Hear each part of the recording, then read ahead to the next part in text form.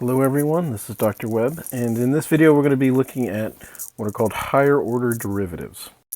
So at this point, hopefully we're all familiar with the idea of taking a derivative. So we're starting with a function f of x, take the derivative, we get f prime of x. Remember f prime, this is telling us about the instantaneous rate of change of f. So rate of change of f, and that you can think about it as change in f divided by change in x, roughly speaking. And so today we're going to think about what happens if you do that again. So you have f of x, you take the derivative, you get f prime of x. What happens if you then take the derivative again? Right. And we're going to call what we get there f double prime of x, or the second derivative. Right, so f prime of x, this is the first derivative.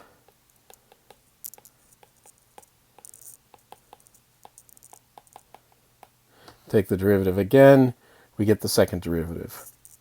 And here's some common notation that we'll see often. F double prime of x is what we use most often. If we want to think about it more, as an operator taking on it, we'll often have this d squared over dx squared. So this is, you can kind of think about this as doing d dx and then doing it again. And so we've got two d dx's, and so we're going to call that d squared over dx squared. And then these are two kind of shorthand versions of that we'll often see. Okay, so let's start with a simple example, common example when we think about functions, first derivatives and second derivatives. So we're going to let s of t be the distance traveled at time t. And so we've talked before about taking the first derivative of that and taking one derivative. That's going to give us the velocity. And so this is the rate of change in distance per change in time. So we can think, if you're in a car, s of t, this is kind of like the odometer. And v of t, this is like the speedometer.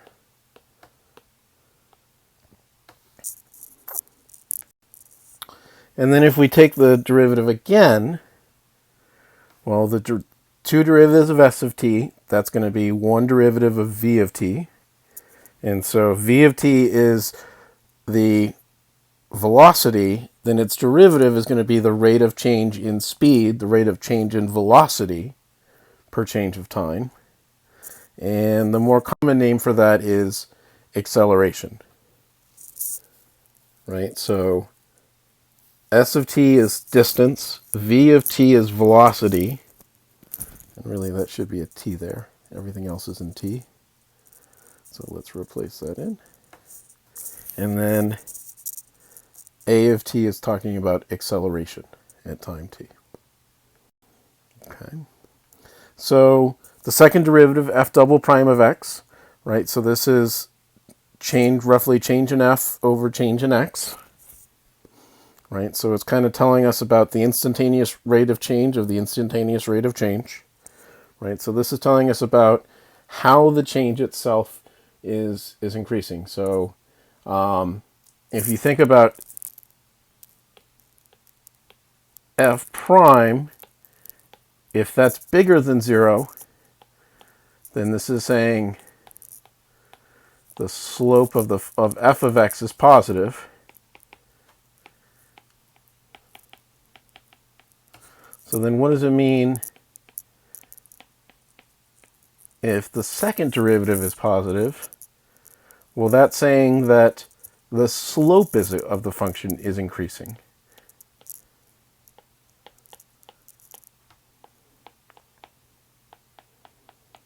Is increasing as x increases. Note, it doesn't really tell you whether or not, it by itself doesn't tell you whether or not f prime is positive or negative. It just tells you how it's changing. In the same way that f prime doesn't tell you whether f of x is positive or negative, it's just telling you how f of x is changing.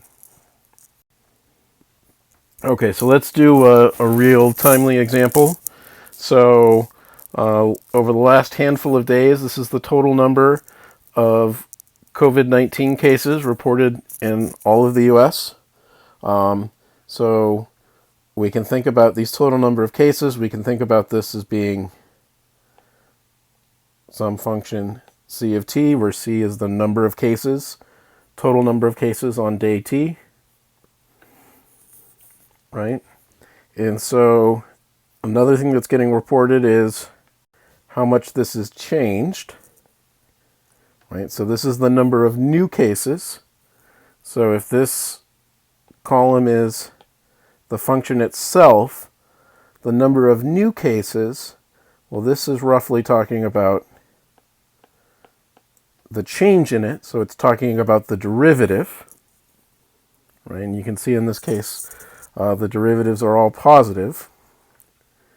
And then we can say, well, tell me about the change in the number of new cases. And so in this, it just took, the number of new cases and subtracted the number before it. And so this is the change in the number of new cases.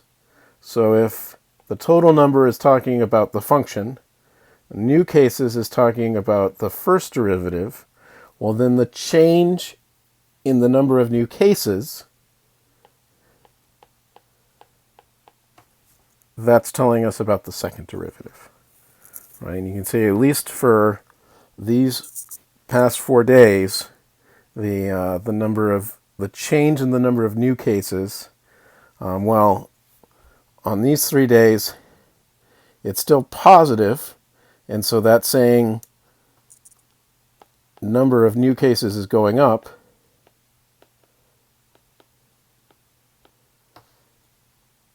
But on this last day, we have that it's negative, and that's saying there actually were less new cases this day than the number of new cases before.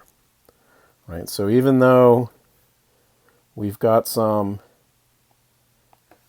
positive values for this number of new cases, one negative value here, when we go back and think all the way back to the number of new cases, well,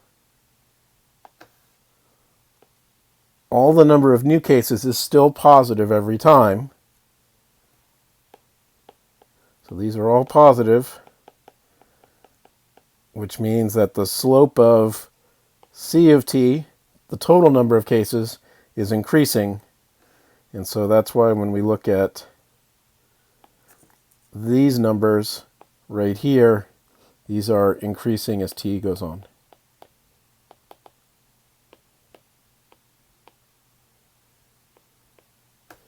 And these are all still increasing as these are increasing because the number of new cases is increasing. Okay. So we took the derivative of f to get f prime. We took the derivative of f prime to get f double prime. Well, what about taking the derivative of f double prime? And so if the derivative of f prime of the first derivative is the second derivative, well, surprise, surprise, the derivative of the second derivative is what we call the third derivative. If you want to think about this in terms of speed, so distance traveled, that's the function. Speed is the first derivative. Acceleration is the second derivative. And in that case, the third derivative is what's called jerk. And so that's change in acceleration.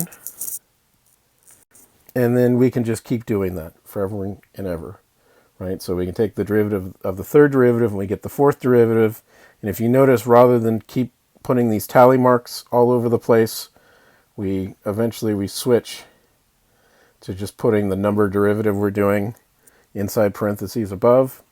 So some people would write this as using Roman numerals, but usually somewhere around the point you start switching to just putting the numbers there. Okay. So here's some practice problems to do. We'll talk about on Wednesday morning. So first, taking this function f of x right here. find the first three derivatives of this. So take this, find the first derivative, then the second derivative, and then the third derivative. It should be some good practice with the quotient rule there.